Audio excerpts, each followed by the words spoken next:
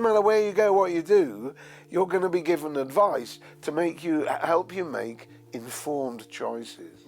And what are those informed choices? They are low carbon, low meat, low animals, low fat, low salt, low everything. Coming up on British Thought Leaders, James Woudhuysen talks about big supermarkets developing technology to enforce government messages. It isn't. It's part of a wider and largely unconsciously drive by the elites, media elites, policy elites, and Labour and so on, and the Tories before them, to kind of clamp down on us, and they're nervous about us. As a professor of forecasting, James says forecasts are misused to scare and control people. You know, this is very uneducated, it's very superficial, and it plays an absolutely devastating role, as we found during lockdowns, which were for the most part entirely unjustified. But if you massage the statistics and say it's done by a think tank, it's a forecast, you can just about claim anything. And he talks about the cult-like nature of the green movement. Everything, but everything has got to be sacrificed in saving the planet and saving humanity.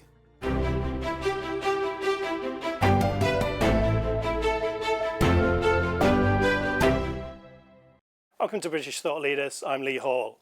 Today I'm sitting down with James Woudhuysen, visiting Professor of Forecasting and Innovation at London South Bank University. James, thanks for joining us. Nice to meet you. I wanted to start talking with you about supermarkets. I mean, we know they had these loyalty cards, they tracked our spending, but you wrote about plans they have to take their Big Brother behaviour to a new level. And can you talk us through it? Well, I've always been critical of the doctrine, Lee, that, you know, Tesco and everybody else are watching our every move, and they're exploiting all our consumer data. And the Silicon Valley trope is, and this more applies to Facebook, that they know more about you than you know about yourself. And I've always thought this is for the birds, really, you know, and it is the stuff of guardian legends that corporations are engaging in surveillance on our purchases and all of that stuff. And obviously it goes on, it's not very powerful, it's rather expensive, and you know, exactly how much it changes our behaviour, I'm not sure. But what's happening now is something a little different, which is that the government's obsession with health and with obesity and with sugar and with salt and with 5 a day and with pasta power by children in supermarkets and all of these things, and alcohol and cigarettes, and their Puritan impulses, which is very much what the Labour Party of old 100 years ago was founded on, are now being carried forward rather enthusiastically by people such as Sainsbury, Tesco and so on. So it's their dietary disposition, Lee, the government's behaviour control for us to make us think thin and be less of a burden on the NHS and go back to work and all of that. The large corporations and the major retailers, who've always taken quite a lot of misplaced flack, in my view, nevertheless, insofar as they're trying to force us down certain pathways of what we buy, what we eat, what we advertise, what we consume, then you know, they are restricting our choice and having a very finger-wagging kind of attitude to our personal lifestyle. If I want to eat fast food or ultra-processed food because I'm in a jam and I've got a deadline to meet, and you know, I want to just microwave something and so on, who's to say I can't do that? I shouldn't do that.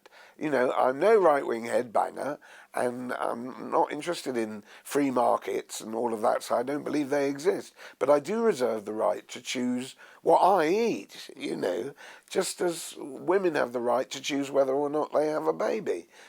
You know, there are certain issues of personal autonomy and personal integrity that are fairly important for democracy, not for selfishness, but for democracy. So that's the thing I'm worried about. And you know, it's all a bit like the assisted dying thing, Lee. You know, it all starts with a very glistening, slippery slope, right? Where it says, look, Lee, we've noticed that you've, you know, been eating 2 pats of butter a week the last 2 weeks. You know, nothing personal. It's probably You true. know, what are you going to do about it? What about making it 1? And you might say, well, that's rather odd. Why would a supermarket want to sell you 1 pat of butter, not 2? So it'll pop up on your phone. Is that their plan? Yeah, well, pop up on the phone. Doesn't matter where you go, what you do. You're going to be given advice to help you make informed choices. And what are those informed choices? They are low carbon, low meat, low animals, low fat, low salt, low everything. And why not pursue it to the ultimate extreme, you know, and really just eat muesli all day long, you know, because that would probably do the least damage to the environment. But that's not the world we're in, you know. We're not in obedience to supermarkets, governments, or the environment. We've got to make our own moral choices, and lots of people can eat bad stuff, but, you know, on the whole, we've got through it, and our health is better than ever before. So what we're looking at is these supermarkets becoming a kind of enforcement arm of the nanny state, if you like. I mean, what could go wrong? Should we be worried about it? Well, you know, it's a common trope in liberal circles and so on that the state always does, you know, the bidding of corporations, and this is what's called in the literature producer capture. You know, that the big people making stuff, you know, capture the state and subordinate it to their aim. So I think the reverse is much more likely, Lee, and it's something to get used to, which is that, you know, firms become an appendage of the state. And if you look at I mean, I was saying this before the recent budget, and the recent budget has caused a stir, and you might say, well, look, Labour, they're always going to tax corporations. Corporations are always going to be upset about that. But the corporations are very much under the thumb of Labour at the moment. And they were under the thumb despite all the incompetence of the Conservatives. So corporations have to toe the government line, is the short answer. They have to toe the net zero line. They have to pay them taxes.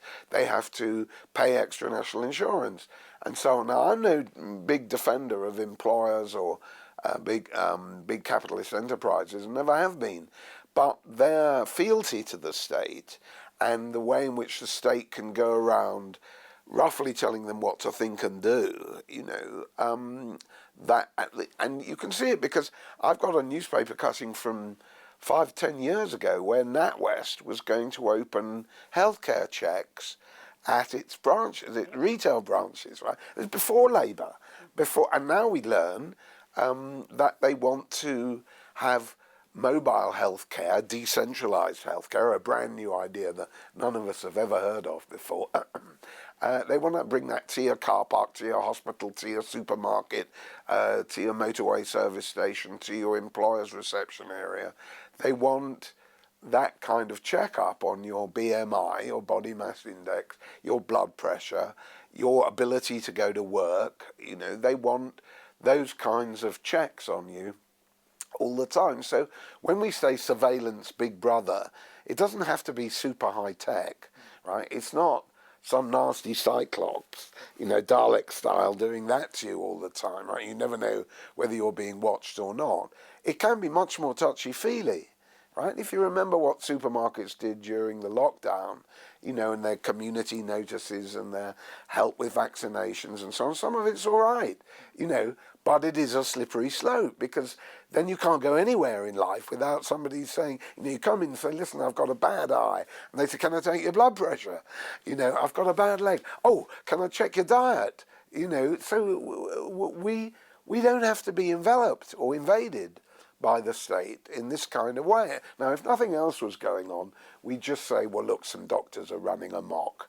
You know, it's no big deal. They want us to watch everything that we're dealing with lifestyle-wise. But a lot of other stuff is going on to do with free speech, what you can say, what you can do, how much you can demonstrate, all of those things. You know, if it was just the healthcare thing, the obesity thing, the diet thing, was just on its own, you could shrug it off. But it isn't. It's part of a wider and largely unconsciously drive by the elites, media elites, policy elites, and labour and so on, and the Tories before them, to kind of clamp down on us. And they're nervous about us. What they're nervous about, I don't know, but I'd be a bit more nervous about a few other things in British life than your diet. It's just ridiculous. Have they nothing better to do? Where is the push for this coming from? Is the government saying to the supermarkets, you need to do this, or are the supermarkets saying they want to do it, or is it coming from health? Well, that once again, like me, obviously George Orwell, brilliant, Big Brother, but it's not quite as unmediated as that. It has to go through certain permutations to get to what it is. So I don't think it is very conscious. It's just in the ether in many ways, right? We have to face the fact that since the early 70s, the energy crisis then, and the Club of Rome doom-laden report about, the fate of the earth and all of this, we have largely, despite the Elon Musks, given up on the idea that technological progress can solve things. In fact, we deride it with that phrase technical fix, right? If I say, look, Lee, I can give you a tie that you don't have to tie yourself, it does it robotically, your riposte could be, technical fix, no style and so on. So, despite obvious successes, if you look at moon landings, we've gone largely backwards, and Concorde and all the Marvel remakes, there's not nearly as much innovation as Elon would let us would like us to believe. So we've rather lost faith in technical fixes. There are genuine environmental problems. I'm not a climate change denier. I think it's got to be fixed. But the fixing is usually to do with changes in your personal lifestyle. Right? Although the bulk of energy consumed is by industry, by agriculture, and it also isn't just energy, as I've said, it's plastics, petrochemicals, packaging, and so on. Most of this is business to business, but nevertheless it's business to consumer that is the focus of attention. Media organs think they're selling to consumers. So the doctrine is out there and has been for a long time that you shouldn't drive to Leicestershire of a weekend. That you may only be one person in a country that's only responsible for 1% of the carbon dioxide. But as Tesco, I think, had the slogan, every little bit helps. Wasn't that right? So, it's a way of moralizing everyday behaviour to who is correct and who is not correct. And that doctrine is very, very firmly ensconced in Parliament, at the BBC, in think tanks, in non-governmental organisations, and very importantly in education. That's what everybody believes. So nobody, it's not... You asked me before I came on the show, are these changes towards a better diet and supermarkets controlling their layouts and their produce to produce a slimmer, even more handsome Lee, right? It's not such a conspiracy. It's rather that we all fall in with the general zeitgeist, with the general spirit of the time. Nobody's going to say, no, I reserve the right for my little Johnny to buy 6 Mars bars on his way out and to pester me for another 6. No, that's his right.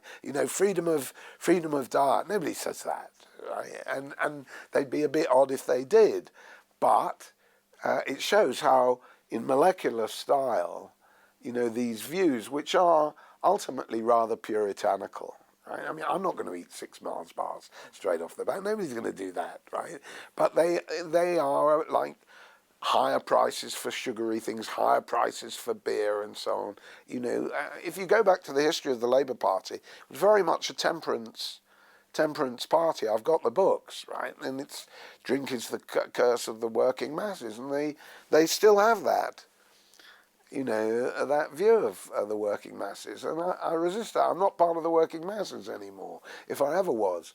But I think we can say that one's own jurisdiction on oneself is a better guarantee of success than Yvette Cooper writing yet another law.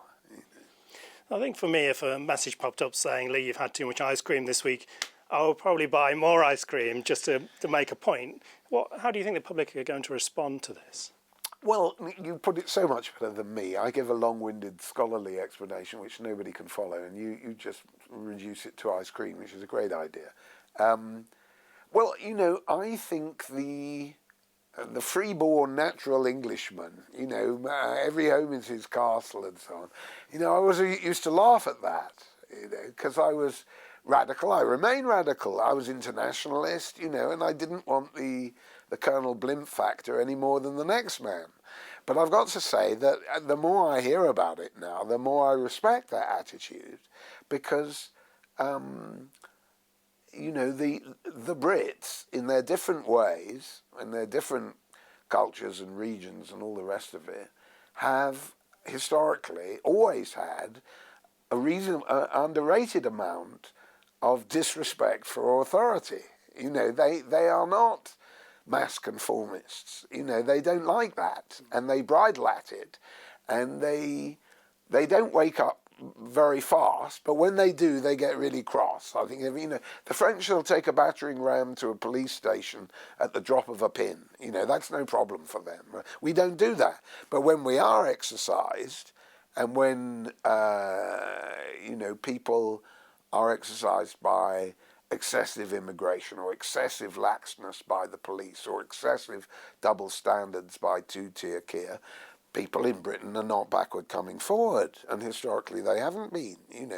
We forget about all of this because there hasn't been a major recession since 2007 and 8, and not a really serious one since 73-4 and 1991. But in a culture that's so orientated to youth, 2007 is when, and 8 is when dinosaurs ruled the earth. Nobody. What are you talking about, recession? We don't have recessions.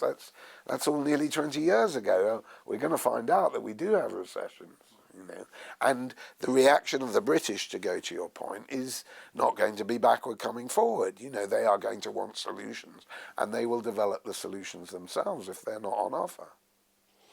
We can see supermarkets becoming really quite influential these days. Farmers say they're not paying them enough for the produce, and we see them open in towns and villages, and people shop there for the choice and the price. All the independent shops close down, and the prices go up.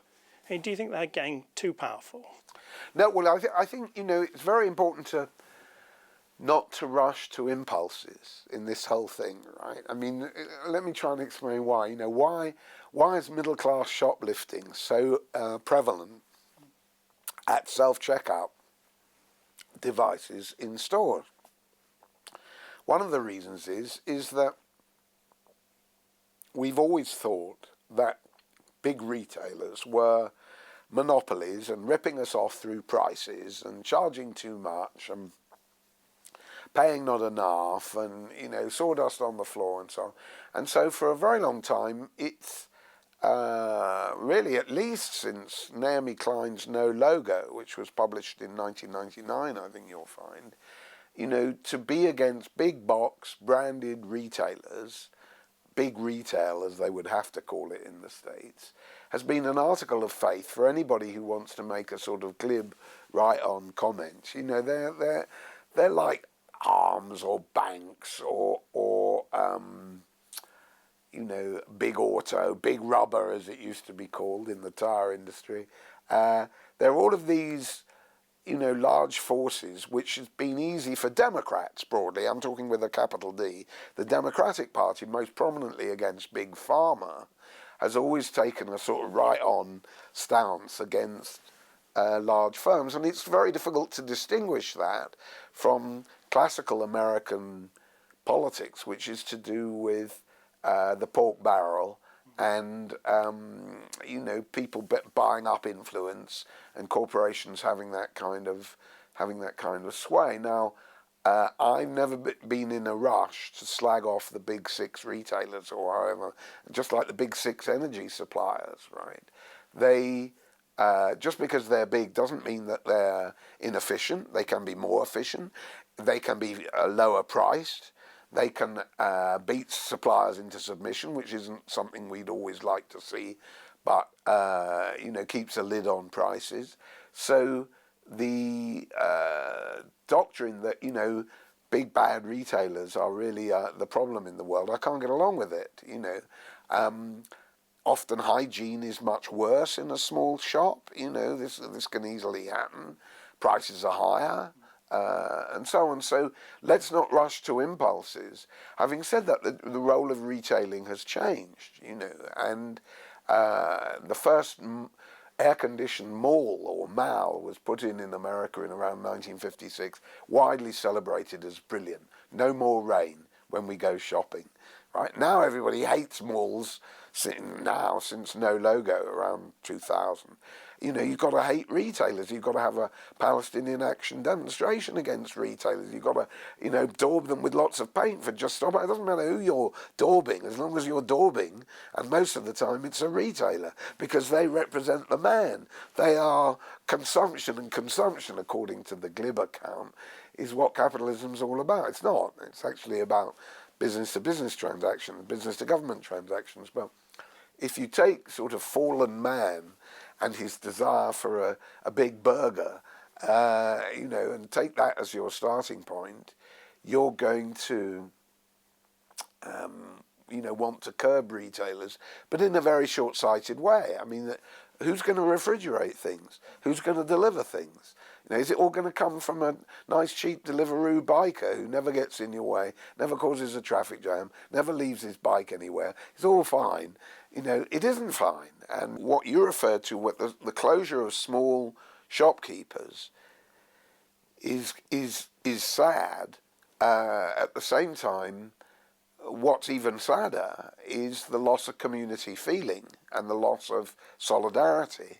And supermarkets need, without bolstering the state, need to step in when atomization in the community is so great that nobody is going to uphold any kind of social fabric for anybody. And supermarkets have a job to do there, no doubt about it. They are large, they are warm, they are where people go. So let's not do social engineering through them, but let's be alive to their responsibilities, which are not to control your diet, but to provide a welcoming, informative environment with low prices and a great range of goods. The old stuff, not the new stuff of you must do this, you must do that.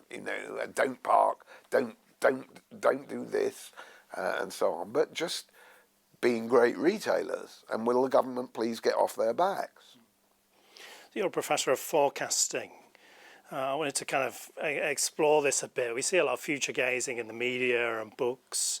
What role does forecasting play in our society, and is anyone doing it particularly well? I've been in the game for 40, 50 years. My kind of distancing from it is probably greater now than it's ever been, because the list of charges that can be made against it is quite extraordinary. Now, you could say, well, look at all the forecasts for climate disaster, and they've been wrong. That's true, but they could always prove right one time. So, that's not the strongest argument usually used by the right. I think the much more egregious example is the forecast of how many would die because of the COVID vaccine, and the way in which charts and curves and predictions and extrapolations, and do it backwards for your viewers, become the new accepted currency for nearly any policy you want to dream up, right? You want a policy, I'll give you a chart for it, right? That's how it works. And it gains, as we learned through all the COVID press conferences and so on, it gains enormous authority from being in a slide presented by a government minister, the same as it does from the BBC. So, the problem is that a lot of people out there are far too credulous about what is presented as science, but isn't science, it's scientism. It's when you throw a lot of numbers at people, you don't state your assumptions, You don't state, really how you're thinking about the basic dynamics of what's happening, but you rush to the conclusion at the end of the chart, and it brings a headline with it. And, this is very uneducated, it's very superficial, and it plays an absolutely devastating role, as we found during lockdowns, which were, for the most part, entirely unjustified. But if you massage the statistics and say it's done by a think tank, it's a forecast, you can just about claim anything. And that's new for forecasting. There used to be Cold War forecasters who would forecast the outcome of a nuclear exchange. Right? And then there were the limits to growth forecasters in the early 70s, basically saying we were overpopulated for the planet. But it wasn't hailed and invoked and used as backup by politicians. Forecasting wasn't in the way that it is now. It can now just about fool most of the people most of the time. And forecasting is the science. yeah, it is the science. That's exactly it. And delivered by experts who can never be wrong. And I think I bridle at that. And I think lots of Brits bridle at that. Not that there isn't a grain of truth in a lot of what is presented, but that, if you tell me, like the Treasury did, that you will be £4,100 worse off in 2035 or whatever it is if there is Brexit. Right, who the hell knows what's going to happen by 2035? There might be a war over Taiwan. We might not be here. Are you saying it's 4,100 or 4,200? 8 years out. I mean, for goodness sake, you've got a model, you've got a computer, you feed in certain assumptions which you don't state, and out pops a number. And it's a nice big number, and you can scare people with it. But it's all got up as a magic show, and they'll get very pontificating about it and say, look, we fed in all the latest data, and we've got a very refined model that entirely fits everything that's been done in the past 20 years. But it's still mumbo jumbo, Lee. It can't be taken seriously. So, it's a very pernicious thing. Now, you can't discredit forecasting altogether, but what you can look out for is the stuff that's there to prove a point rather than to really look at the evidence. The stuff that's arm-waving and, and dramatic, and also has often far too many numbers to far too many decimal points, like 4,100. Whoever said that, for how much you'd be losing in 8 years' time is ridiculous. Right? Nobody knows. Nobody has any idea. But to go back to retailers, one thing I'm very happy to forecast, as night follows day, is we're entering a seriously inflationary environment with buoyant interest rates in America and Britain for a long time to come. I'll put my finger on that now, and that's no gonzo BS forecast. That's a forecast that I can put my hand on my heart on, and you can see all the reasons why that's going to happen. You've written extensively on net zero and the impact that's going to have on our lives. I wanted to explore this a bit with you. One of the big issues we're looking at now is with the motor industry. Nissan, Ford say they're going to cut a load of jobs, and Vauxhall are talking about leaving Britain entirely. What's driving that? Well, the thing is, we don't hear the word perhaps as much as we should do, but messianic is a rather important adjective nowadays. And what it means is that if you are convinced, as Ed Miliband is, that we face the end of the world and that it is fast accelerating on its way to us, the cataclysm that is climate change, then it doesn't matter if you're 1% or 1 in 60 million drivers, 30 million drivers in Britain, responsible for 1% of world emissions. Everything, but everything, has got to be sacrificed in saving the planet and saving humanity. In fact, we did have it a little bit, we've referred to it a bit, during the Cold War, when the argument from CND, the Campaign for Nuclear Disarmament, was, look, you might want political change, Lee or James, but if the cruise missiles go through in the 80s, we're not going to have a planet for political change to happen in. So forget about all that political change stuff. Just focus on one thing, cruise missiles and the end of the earth. Now we got a different thing. Nobody talks about cruise missiles. Not enough people talk about Taiwan or a Russian nuclear attack on Britain. But nevertheless, the thing is, put off your worries about equality or growth or the position of women or the state of our prisons. There's just one thing that deserves all of our attention. That's our survival, once again. And, there's no room for party political or any kind of political debate here. Everything must stop for that. Now, right away, we can see that it's immediately undemocratic, because it says that if you want to talk about ties or, fast fashion or whatever, you can't do that, except insofar as the ties and fashion is, destroying the planet and so on. There can't be...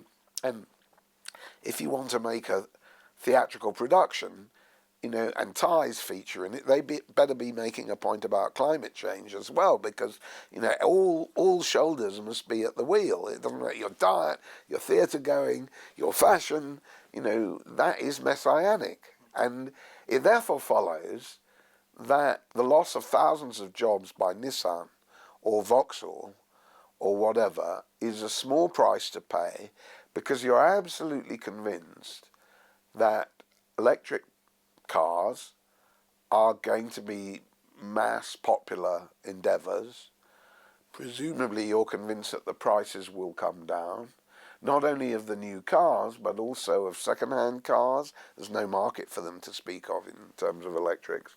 And also the price of electricity, because if you want to drive electrically from London to Glasgow, you better factor in what electricity prices are, especially as they're the largest in the OECD, or is it Europe? I can't remember. Our electricity prices are off the scale compared with other people, Spain, for example. So the net zero messianic fervour is a danger to democracy. It's a danger to mobility and the right to assemble, because it says that the most convenient method for moving around beyond 5 miles, namely the car, is basically verboten. And you can't, therefore you should not go on a demonstration in Birmingham unless you can cycle there. You should not see your grandmother in New York unless you can row there. So it has a repressive quality to it, just as the demand that you no longer eat bacon, has a repressive. Why shouldn't you? Because cows do all sorts of methane farts or whatever it is, and therefore, the climate will get worse. So don't eat any bacon, Lee. Right? Well, that's repressive. Whether it's you can't move around, you can't drive, or you can't speak about non-net zero subjects, or you can't eat any more bacon, Lee. That is controlling, and it's reactionary. It says, whatever you're going to do, no, we're going to react to that and stop it. Whatever you're doing, stop it, really, because the defence of our planet and of our race must come first. So what it means is it's not a conspiracy. If it was a conspiracy, if it was a scam, we'd say human nature next, right? But these cats, they really believe in it. They really believe that renewable electricity is 9 times cheaper than gas-fired electricity. If that's the case and we're going hell for leather for renewables, why are our bills so high? A perfectly obvious argument. So, but they really do believe that. So you could say that the people in charge are not just policy wonks or special policy advisors, but they are members of a cult. It's like the new religion. Well, yeah, it is a bit, except religion has a sense of selflessness, transcendence, loving your fellow man, trying to get beyond where you are. They don't have that. They have the energy transition in mind, which is broadly a transition to lower consumption, less mobility, less driving.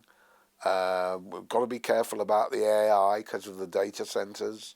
Got to be careful with water because, data centers use a lot of water. So it's a clampdown. And life's not worth living for that. To be in that kind of miasma of self-hatred where human beings can only do bad stuff to the planet, and deserve to be checked in all their aspirations. The youth won't stand for it. Old people won't stand for it. So, it's much worse than a scam. And it's worse than a religion because there's no redemption in a hurry. There's no love of your fellow man. On the contrary, he's a scourge on the planet. Pretty bleak, Lee. We're seeing this battle in the home as well with the whole kind of heat pump versus boiler thing. You wrote an interesting piece about a council scheme that would make warm homes a bit of a luxury. Can you talk us through that? The credulity of Miliband and co. about heat pumps, heat networks, which is what district heating it's called, where you take the heat out of something else, often an industrial process, and you pipe it into people's homes. So I hadn't heard about that before. Yeah, no, well, that's what my article was trying to say, but it's different from heat pumps. Heat pumps is per household. Heat networks and district heating is you feed a whole village or a little town, from the often industrial heat that you're generating through industrial processes. Right. And that would also apply to data centers. Not quite industrial heat, but they generate a lot of heat. And what you're going to do, just let it go into the atmosphere? No, you could power the central heating or something like that of lots of homes by using that heat. So somehow a pipe from the data center will go to everyone's house. That's right. Strange but true, And, it's got its points in some way. Like all of these things, only a headbanger would say, no electric cars ever, no wind turbines ever, solar panels for the birds, heat networks, stop it, heat pumps, hundreds of thousands and millions of installations in Scandinavia, they could go take a running jump. No, you can't say that, right? That's silly. They've got their points in certain circumstances, right? But what happened in Pimlico, which is what my article was about, is that they used to heat an estate on Pimlico in central London from Battersea Power Station. The excess heat from that, from all the steam generated and the turbines turned and so on, they'd have excess heat from that. So they would keep an estate of houses, maybe 3,000 households, warm from that heat. At that kind of scale, it makes a lot of sense, because it's fair enough, Then what happened was they dropped that because Battersea Power Station stopped. They had 3 large gas boilers, which were always breaking down, and the grid was always breaking down. So the local Labour Council comes along and says, we've got a great idea. Don't get gas central heating, don't get electric boilers in, don't have the old 3 gas boilers that are breaking down. We're going to revive the Battersea Power Station idea, but without Battersea Power Station. We're going to get heat from various sources, like the House of Commons, I believe, and so on. And somehow we're going to, move the heat stuff around. Well, even that, you don't have to completely object to. There's one snag, which is to allow this super green, recycling of heat, low carbon, low climate change technology to come in. Each resident may have to pay £40,000 or £60,000 so the heat can get piped to their house, right? That's a shed load of dosh for nearly anybody. Right?